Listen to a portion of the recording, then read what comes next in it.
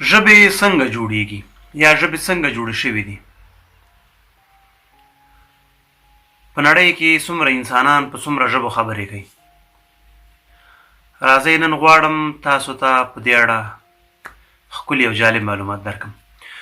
اول خو به دا ووایم چې خدای تعالی انسان ته دا فطرت یا قدرت ورکړی ده چې یو انسان له خولې غږ باسي نو بل انسان یې په غوږ واوري او د هغه په ذهن کې پاتې کېږي. دا د انسان د ژبو جوړولو تر ټولو لومړۍ او پرمختګي برخه ده چې یو خبرې وکولی شي یو بل یې واوري او په خپل ذهن کې وساتلی شي. د لومړي ځل لپاره 150,000 کاله مخکې پخوا په افریقا کې انسانانو په یو ژبه خبرې وکولې. دا چې کومه قبیله او کومه ژبه وه ډېره پخوانۍ ده او په دې اړه کوم تاریخ خاص نه ده لیکل سوی، خو ژبپوهانو ته به حتما دا معلومات دقیق وي. خو ما په خپل ریسرچ چې څومره وکولی شو ما داسې خاص څه پیدا نه کړه او نه مې غوښتل چې بې ثبوته څه ستاسو حضور ته وړاندې کړم.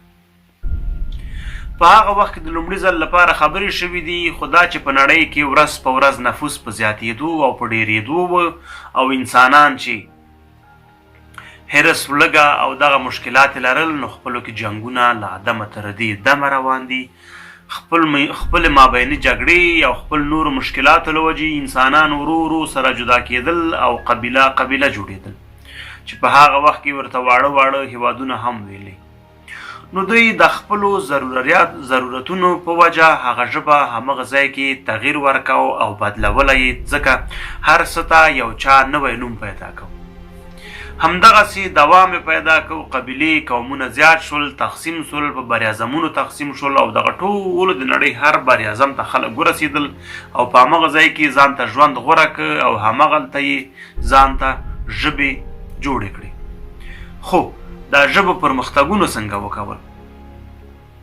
د ژبو د پرمختګونو ستر لامل تعلیم ته لاره هوارول، لاره برابرول او زیار ښکل و چې اکثرو هیوادونو زیار وباسته، ځان یې پرمختګ ته وړاندې که، ځان یې تمدن ته وړاندې که. نو انسانانو له دغه کوښښ سره خپلو ژبو ته هم ډیر کار وکړ، ځکه هر هغه شی چې دوی نوی کشف کو، نوی جوړو، نوی لیده، نو د هغې لپاره دوی مجبور مکلف و چې یو نوم پیدا کړي، ځکه بې نومه هغه شی نسي پاتې کېدلی، په هغه به یې حتما یو نوم ایښوده او همغه د ژبې د پرمختګ لامل شو.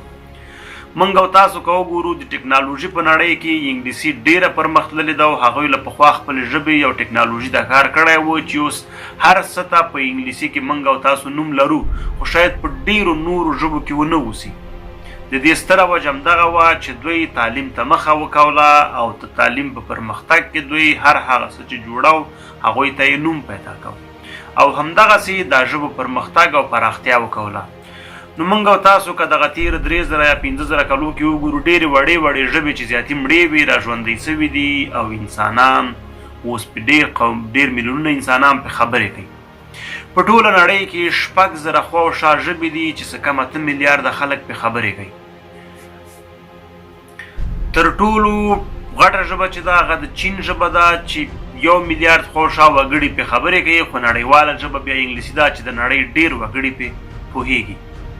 په نړۍ کې داسې یوه ژبه هم شته چې هغه په برازیل امازون کې ده، په هغې ژبه باندې یوازې 2 نفره خبرې کولی شي، خو بدبختانه چې هغه 2 نفره هم خپلو کې سره وران دي نو هغه ژبه لرې نه ده چې مړه شي.